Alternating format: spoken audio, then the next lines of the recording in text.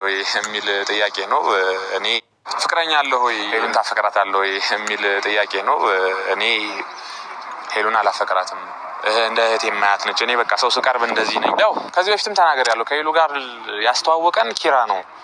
በቃ ኪራ ነበር ቀድሞ የሚያውቃት፣ እሱ አስተዋወቀን ማለት ነው። ኦልሞስት አሁን ከእሷ ጋር ከተዋወቀን ስንት አንድ አመት ሊሞላን ነው። ልክ እኔም እንደገባሁ ነበር ከሄሉ ጋር የተተዋወቅነው እና በጣም ጥሩ ሰው ነች ለኔ። ብዙ ፍቅረኛ አለኝ። እንግዲህ እስከዛሬ ተናግሬ አላውቅም። ፍቅረኛ አለችኝ አይደለም። ወንድ ልጅ ያው ስኬቱን እንጂ ልደቱን አያውቅም።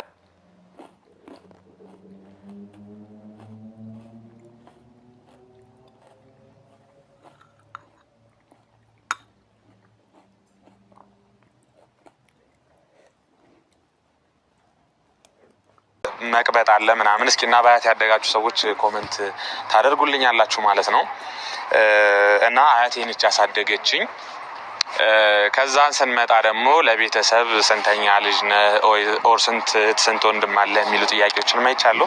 እኔ ለእናቴም ለአባቴ ነው ምንድነበር የቤቱ መጀመሪያ ልጅ ነኝ። እኔ የቤቱ መጀመሪያ ልጅ ነኝ። ከኔ በታች እህት አለችኝ።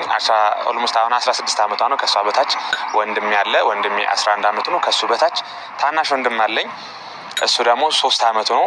ለቤት 4 ነን ማለት ነው። እና እኔ አስተዳደጌ ምን ልበላችሁ በጣም እኔ እንጃ አላቅም። ስላስተዳደጌ ሌላ ጊዜ ወይ በሰፊ አወራለሁ። ብቻ በጣም በጥሩ ሁኔታ፣ በጥሩ እንክብካቤ፣ በጥሩ አይነት ሲቹዌሽን ውስጥ ምናምን በቃ ብቻ በጥሩ ነገር ያደግኩ ልጅ ነኝ። እና አስተዳደጌ በትንሹ ይሄንን ይመስላል። ያው የትምህርት ደረጃ ስለምትሉኝ እስከ 12ኛ ክፍል ተምሬ ከዛን ደግሞ ባህር ዳር 4 አመት ተምሬ በኢንፎርሜሽን ቴክኖሎጂ ዲግሪ አለኝ። ይሄን ይመስላል። ግን እንትን አላልኩበት። ተመርቄያለሁ።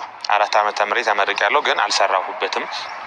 ወደፊት ምናልባት ልሰራበት እችላለሁ፣ አላቅም። እሱን የትምህርት ስታተሴ ይሄንን ይመስላል።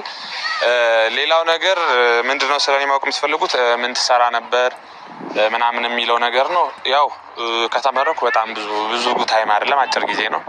ገና 2-3 አመቴ ነው ግራጁዌት ካደረኩኝ። ከዛ አዲስ አበባ ነው መጣሁኝ። 1 አመት ከምናምን ይሆነኛል አዲስ አበባ። ኦልሞስት 1 አመት ላይክ ዚስ ዊክ በቃ 1 አመት ሆኖኛል ማለት ነው አዲስ አበባ ከመጣሁኝ። እና ምሰራ የነበረው ያው የፋሚሊ ስራ ነበረ። አሁን ላይ አቆሚያለሁ። የቤተሰብ ስራ ነበር ምሰራው። ለዛ ነበር ብዙ ታይም ከሄሉ ጋር የምናሳልፈው እና ለዛ ነው።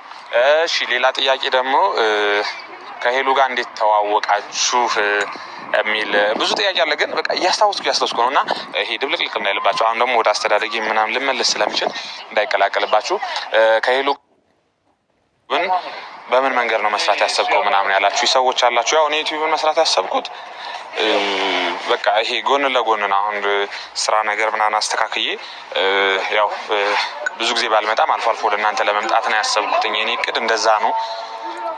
እና በምን መንገድ ነው መምጣት ያሰብኩት እንግዲህ ያው ጓደኛዬም እሷ እንደዚህ አይነት ነገር ምናምን ብዙ ኢንተረስት አይደለችም እና ከሷ ጋር ተስማምቼ ያለውን ነገር አስተካክዬ ለመምጣት ነው ያሰብኩትኝ።